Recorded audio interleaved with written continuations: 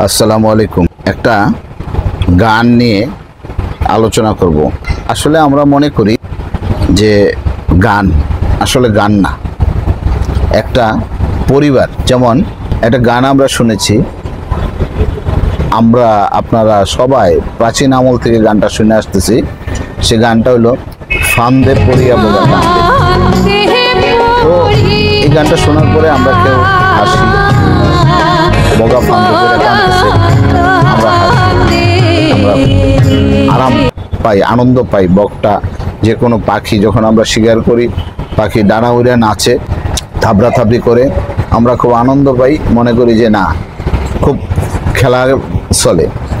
কিন্তু আসল কি? আসল হলো এই যে ফান্দে পড়িয়া বগা কান্দেরে, এই একটা বগার পরিবার নিয়ে এই গানটা, একটা বগার পরিবার নিয়ে। তো আমি আজকে এই বগার পরিবারের কথাটা বলবো, একটু মন দিয়ে শুনবেন। যে আমরা যে বগা শিকার করে নিই, একটু এই শিকারের যে রহস্যটুকু, শিকারের যে সারমর্ম, এটা আজকে বলবো, এটা একটু মন দিয়ে শুনবেন। প্রথমে আমি গানের কলিগুলি বলি, আপনারা সবাই মিলিয়ে নিয়েন, গানটা শুনেন, আজকে থেকে গানটা শুনেন এবং কলিগুলি মিলিয়ে নিয়েন। গানটা হলো ফান্দে পড়িয়া বগা কান্দেরে, ফাঁদ বসাইছে ফাঁদিরে ভাই, বসাইছে ফাঁদিরে ভাই। ফাঁদি হলো একটা মানুষ, আর ফাঁদিটা হলো মানুষ, আর ফাঁদটা হলো একটা জাল, মানে ওটাকে আটকানোর জন্য ফাঁদ। আর ফাঁদটা বানাইছে কে? এটা মানুষ। ফাঁদ বসাইছে ফাঁদিরে ভাই পুঁটি মাছ দিয়া, এটা পুঁটি মাছ দিয়া ফাঁদটা বসাইছে। আর বগা, আপনারা দেখেন যে বগা কিন্তু বেশি পানিতে মাছ শিকার করে না।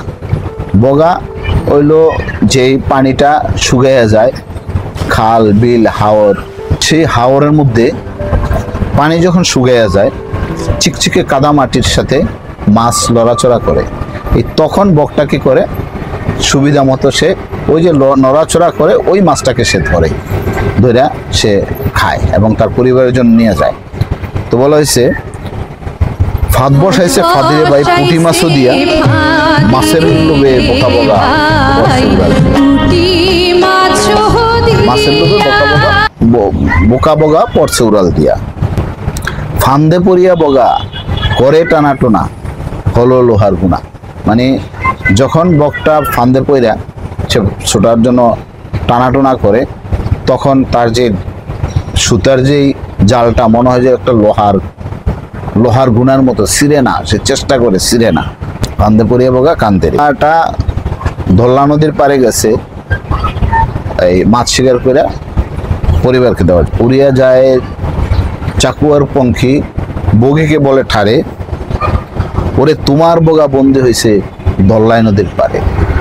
এই কথা শুনিয়া বগি দুই পাখা মেলিয়া, যখন দেখছে দোলা নদীর পাড়ে যে বগা শিকারের হাতে বন্দি, জালে বন্দি, তখন সে দুইটা জাপটাইয়া আল্লাহর কাছে ফরিয়াদ করতেছে, আহারে ওরে আহারে দারুণ বিধি সাথী ছেড়া যায় রে। বগাক দেখিয়া বগি কান্দে রে। তখন বগারে দেখা বগি দেখিয়া বগি কান্দে রে, আর বগিকে দেখিয়া বগা কান্দে।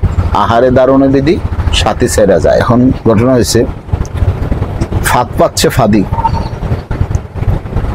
এমন একটা জায়গায় ফাঁদটা পাচ্ছে যেখানে মানে অল্প কাদামাটি, এখানে দৃশ্যমান একটা পুঁটি মাছ দিয়ে সে ফাঁদটা পাচ্ছে,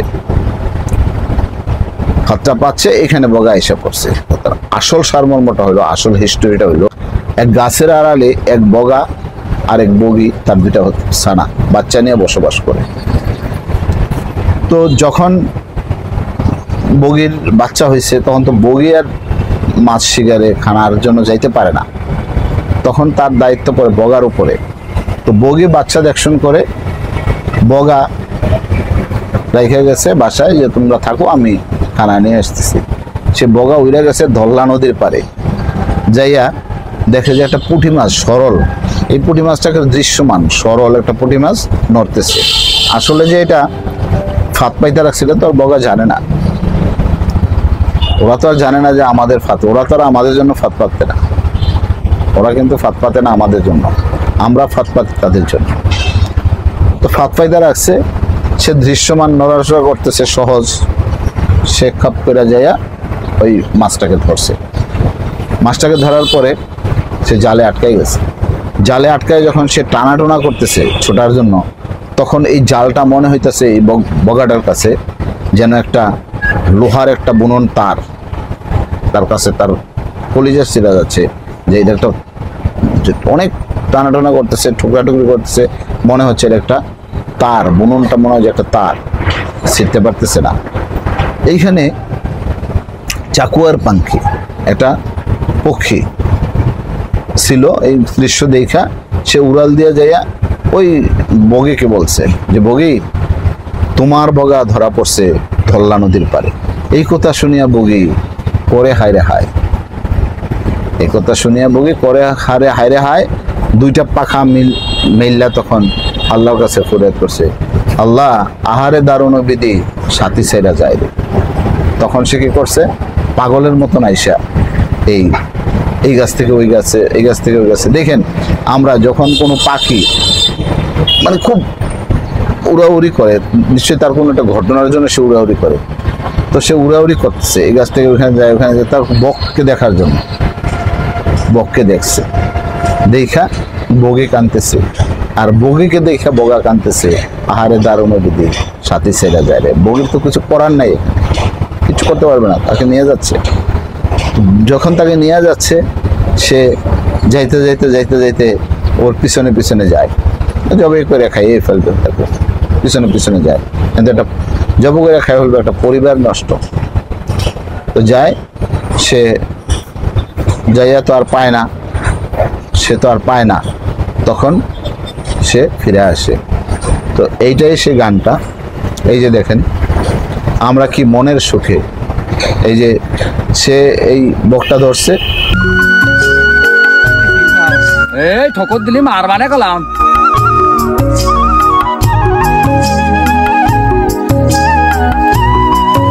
ধরে এখন বলতেছে কামড় দিবি, ঠোকর দিবি, মার দিব কিন্তু, বইলা সে মনের আনন্দে তার মেয়ের কাছে দিছে, তার মেয়ে বকটা নিয়ে যাচ্ছে আনন্দ করতে করতে। আসলে সে তাকে কামড় দিচ্ছে নিজে বাঁচার জন্য, আর তার যে পরিবার আছে এটা কিন্তু বগি, এটা কিন্তু বগি। তো এই জিনিসটা আমরা চিন্তা করি না, আমরা যেখানে যেটা পাই, মানুষ নামে আমরা যেখানে যেটা পাই এটাকে ধরি, এটাকে নিয়ে যাই। এটা কি ঠিক? গানটা শুনেন এবং গানটা শুনে একটা বিচার করেন, একটা পরিবারের আবেগ, বিলাপ। ওই যে বলা হয়েছিল না, মাগো কোথাকার কোন গুন্ডা আমি জানি না মাগো, এরকম এরকম একটা ইয়া নিয়ে মানুষ টোল করছে। আসলে এই গানটা আমি গভীরভাবে চিন্তা করে দেখলাম যে গানটা আসলেই একটা পরিবারকে ধ্বংস করে দেওয়া।